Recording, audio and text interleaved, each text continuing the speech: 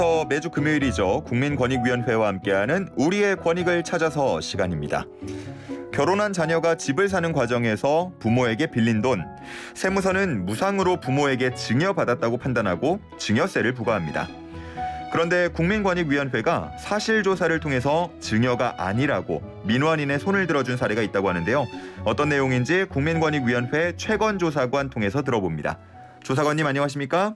안녕하십니까. 네, 먼저 오늘 증여세 관련 얘기를 해볼 텐데 이 증여세가 어떤 세금인지부터 설명을 해주시죠.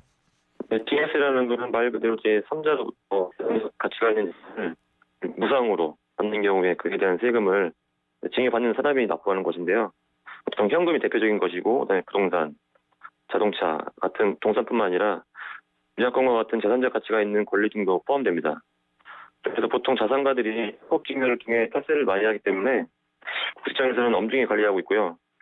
전국적으로 신고된 증여 재산이 국세청 통계 자료를 보면 2020년 기준으로 43조 원, 세금으로는 약 7조 원가량이 납부되었습니다. 이야, 그럼 규모가 상당히 크다고 할 수 있겠는데 네. 그러면은 이렇게 증여되는 금액은 무조건 다 세금을 일정 부분 내게 돼 있습니까? 그렇지는 않고요. 일정 금액 이하는 세금을 면제시켜주고 있는데 예. 보통 예를 들면 부모가 자녀에게 증여하는 경우가 대부분 많은데요. 그 경우에는 5천만 원까지는 세금이 없습니다. 그리고 미성년자 같은 경우는 2천만 원으로 규정되어 있고요. 예. 그다음에 이게 10년 동안 5천만 원이기 때문에 그 기간 안에 5천만 원 기준을 따지면 될 것 같습니다. 그렇군요. 이번에 고충 민원 사건 어떤 내용으로 들어온 건가요? 이 경우는 이제 자녀가 이제 주택을 취득할 때 자금이 네. 부족해서 이제 부모가 이제 일정 금액을 지원해 준 사례인데요. 네.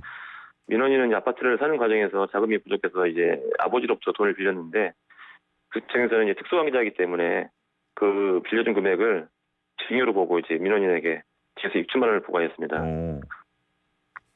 반면 이제 민원인은 부모로부터 이제 자금을 받아서 이제 아파트가 이제 취득일 이후에 그 아파트를 담보로 이제 대출을 실행해서 부모에게 이제 갚은 내용이 확인되어서 자기는 증여가 아니라는 주장입니다. 그러니까 증여가 아니라 단순히 잠깐 빌린 것뿐이다 이런 주장인 것 같은데 네. 근데 조사관님께서 아까 편법 증여를 막아야 된다, 뭐 탈세를 막아야 한다 이런 말씀도 하셨잖아요. 네네. 근데 이게 뭐 무상으로 받은 건지 빌렸다가 갚은 것인지 어떻게 좀 판단을 할 수 있겠습니까?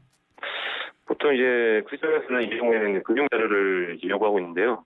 신청인 민원인 같은 경우는 실제로 빌렸을 때 세금증을 쓰지 않았습니다. 근데 민원인이 아버지로부터 이제 자금을 빌린 다음에 아파트 담보 대출을 받아가지고 네. 그 돈이 수표로 출금돼서 그 수표가 이제 아버지 계좌로 입금된 사실이 금융자료에 확인되었습니다.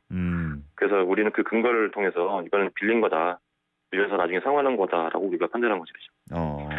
참고로 이제 세무서에서는 이제 부모 자식 간의 거래에 대해서는 특수관계자이기 때문에 그 증여 여부에 대해서 엄격하게 관리를 하고 있는데요. 예.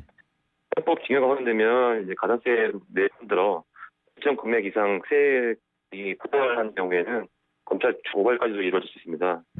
이제 그래서 부모님들은 자녀의 주택 구입을 도와줄 때 실제가 아닌 것을 너무 무리하게 이제 허위로 이제 꾸며서 증여인 것처럼 가정하지 않았으면 하는 바람입니다.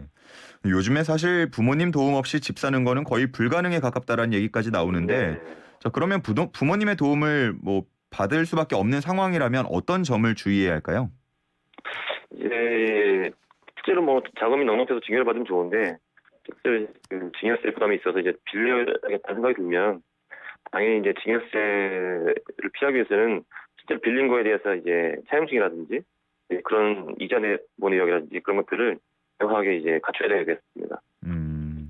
차용증도 이자 내역이라든가 그런 것도 이제 꼼꼼히 하셔야 되고요. 예.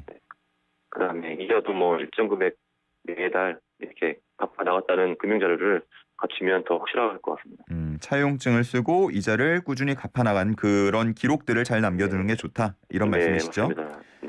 네네, 여기까지 듣겠습니다. 감사합니다. 네, 감사합니다. 지금까지 국민권익위원회 최건 조사관이었습니다.